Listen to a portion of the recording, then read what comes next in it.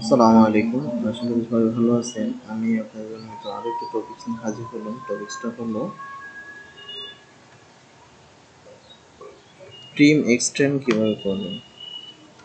ঠিক আছে, দেখেন এই যে এক্সটেন্ড এন্টিটিস এটা কিভাবে করবেন।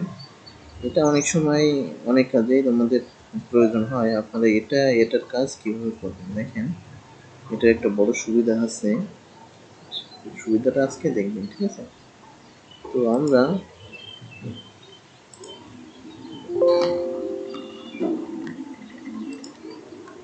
একটা সার্কেল নিই।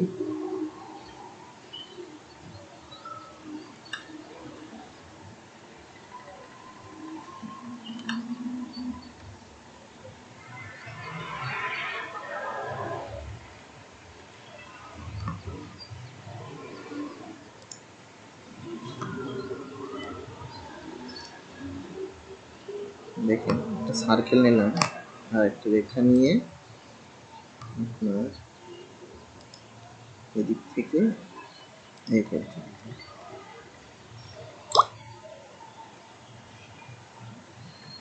আবার একটা রেখা নিলাম, নিয়ে এখান থেকে এই পর্যন্ত।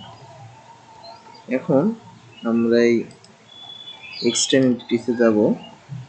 এক্সটেন্ড এন্টিটিসে গিয়ে দেখেন এই যে দেখেন আমাদের এখানে এই যে এটা ফাঁকা জায়গা রয়েছে, দেখছেন ফাঁকা জায়গা। আমরা এই যে এক্সটেন্ড কাজ হচ্ছে ফাঁকা ফাঁকা জায়গাটুকু পূরণ করা। দেখেন আমরা এই রেখার করে গিয়ে ক্লিক করছি, দেখেন অটোমেটিক্যালি এটা ফিল আপ হয়ে গেছে। ঠিক আছে, দেখেন তো আপনারা এভাবে এই এক্সটেন্ড এন্টিটিসের কাজ খুব সহজে করতে পারেন। ভালো থাকবেন সবাই, সালাম আলাইকুম।